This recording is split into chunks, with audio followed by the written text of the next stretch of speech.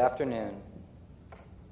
Despite having an abundance of exposure from media coverage and the internet, our generation appears to be increasingly apathetic and sometimes resentful of politics and government.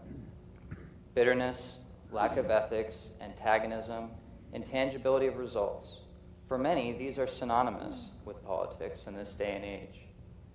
The government never does anything that directly affects me, so why should I care?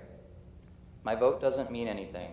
It's just one vote, and the guy will probably turn out to be corrupt or unpopular, and then everyone will go after me for supporting him.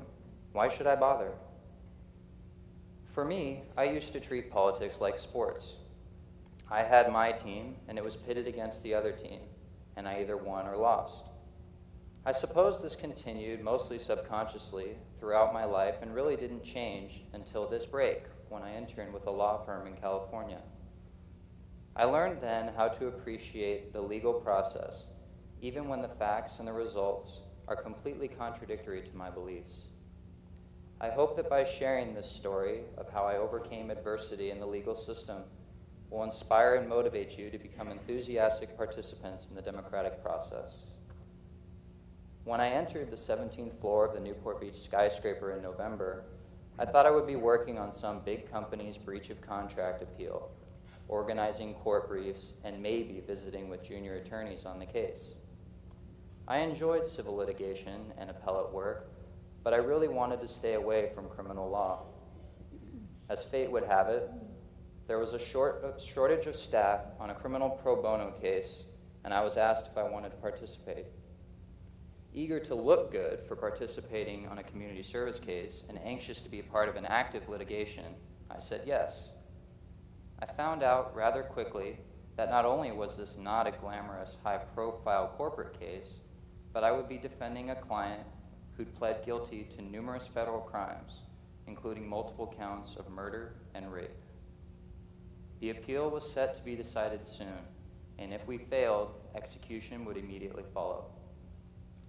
To make the situation worse, the basis of the appeal, an alleged mental disability, was illegitimate to me and made it even more challenging to remain a neutral actor.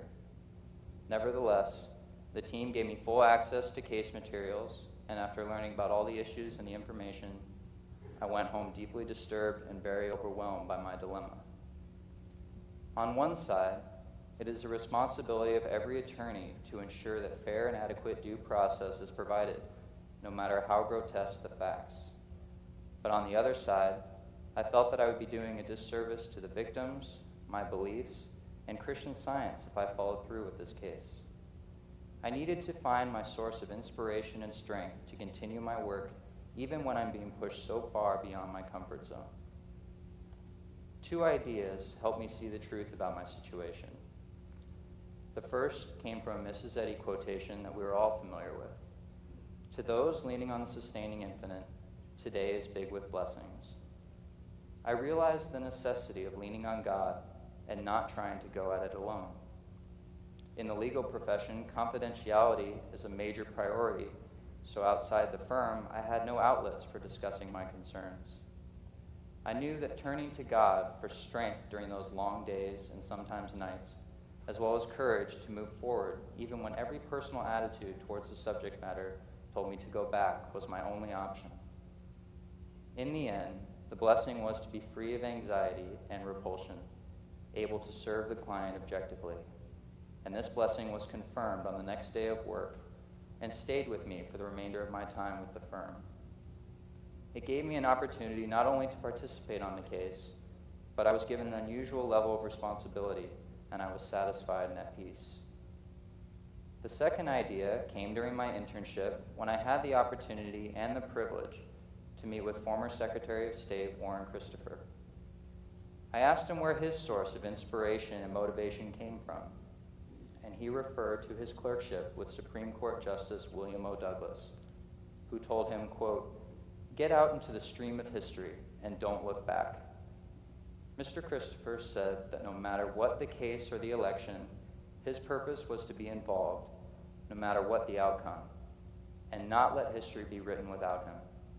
He wanted to express his views and share his passion for politics by engaging the world head-on with the hope of improving it.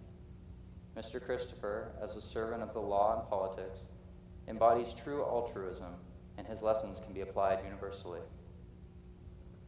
I learned in a profound way what it means to cherish the legal and democratic processes unconditionally, and I am grateful for the democratic freedoms that we share in the United States. Even if my vote does not directly elect an official, it does influence policy, and my participation preserves the democratic process.